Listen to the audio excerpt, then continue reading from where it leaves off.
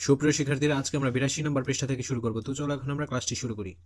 এবার আমরা নিজেদের এলাকার স্থানীয় সরকারি সংস্থার একটি ওয়েবসাইট ভিজিট করে দেখে আসবো যে স্বচ্ছতা ও জবাবদিহিতা নিশ্চিত করতে সেই ওয়েবসাইটে কি কি তথ্য ও সেবা প্রদানের সুযোগ রয়েছে। তো এটা হচ্ছে একটা সরকারি ওয়েবসাইট। এই ওয়েবসাইটে দেখো কি সেবা রয়েছে। ই সেবা, নথি, ই মোবাইল কোর্ট, বাংলাদেশ ফর্ম, তারপর সেবা কুঞ্জ, অনলাইন আবেদন, উত্তরাধিকার ক্যালকুলেটর, ই বুক এবং ই তথ্যকোষ। যার যার এলাকার স্থানীয় সংস্থার ওয়েবসাইটের প্রথম পেজ, অন্যান্য লিঙ্ক ও যে কোনো একটি সেবা গ্রহণের পেজে গিয়ে দেখব যে কোন কোন ক্ষেত্রে ডিজিটাল মাধ্যম ব্যবহার করে যে কোনো নাগরিক সেবা প্রদানে স্বচ্ছতা ও জবাবদিহিতা নিশ্চিত করা হয়েছে, এবং নিচের খালি ঘরে সেসব ক্ষেত্রে তালিকা লিখি। চলো এখন আমরা এর অ্যান্সার স্ক্রিপ্টে চলে যাই।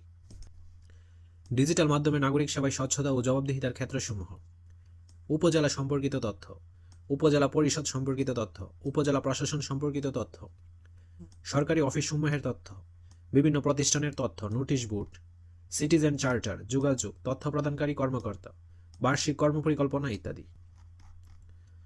এটি মনে রাখতে হবে যে কোনো ওয়েবসাইটে তথ্যসমূহ এখন যেমন দেখছি কিছুদিন পর তেমন নাও থাকতে পারে। প্রতিনিয়ত ওয়েবসাইট আপডেট বা সংস্কার হয়, নতুন নতুন সেবা যুক্ত হয়, সেবা প্রদানের কৌশল পরিবর্তন হয়, সেবা প্রদানকারী ব্যক্তির পরিবর্তন হয়। তাই সেগুলো আমাদের লক্ষ্য রেখে ডিজিটাল মাধ্যম ব্যবহার করে সেবা গ্রহণ করতে হবে। সেশন 4, নাগরিক সেবা গ্রহণের স্বচ্ছতা ও জবাবদিহিতা নিশ্চিত করতে ওয়েবসাইট বা সামাজিক যোগাযোগ মাধ্যম পেজের ডিজাইন। আমরা এই অভিজ্ঞতায় নিজেদের জন্য একটি ওয়েবসাইট ডিজাইন করব, যেখানে আমাদের ক্লাসের সকল তথ্য শিক্ষক, শিক্ষার্থী, অভিভাবক ও অন্যদের জন্য উন্মুক্ত রাখবো, ঠিক যেমন অন্যান্য ওয়েবসাইটের মাধ্যমে স্বচ্ছতা ও জবাবদিহিতা নিশ্চিত করা হয়। শুরুতে খুব সাধারণ একটা ওয়েবসাইট তৈরি করলেও পরবর্তী সময়ে আরও সমৃদ্ধ একটা ওয়েবসাইটও আমরা তৈরি করতে পারবো। কিন্তু আমার তো এখনও ওয়েবসাইট তৈরি করা জানি না। উদ্বিগ্ন হওয়ার কিছু নেই, ওয়েবসাইট তৈরি করা এখন অনেক সহজ।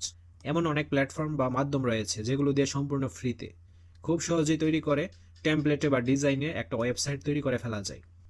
এজন্য আমাদের প্রথমে পরিকল্পনা করতে হবে। পরিকল্পনায় যেসব বিষয় বিবেচনা করতে হবে সেগুলো ছকে উল্লেখ করা হলো।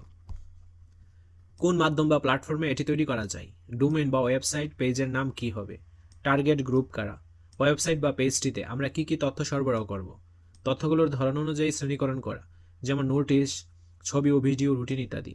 ওয়েবসাইট বা পেজটির প্রথম পাতা বা হোম পেজে কি কি তথ্য থাকবে, ব্যবহার বা তথ্য বিনিময়ের নিয়মাবলী কি হতে পারে, কিভাবে টার্গেট গ্রুপের নিকট এই ওয়েবসাইট বা পেজটি সম্পর্কে অবগত করা যায়, নিয়মিত আপডেট ও সংস্কারের দায়িত্ব কে পালন করবে।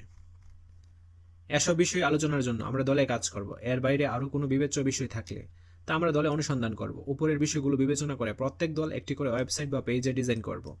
নিচে দেওয়া ডিজাইনের মতো করে খাতা বা পোস্টারে নিজেদের প্রতিষ্ঠান বা ক্লাসের জন্য একটি ওয়েবসাইট ডিজাইন করব।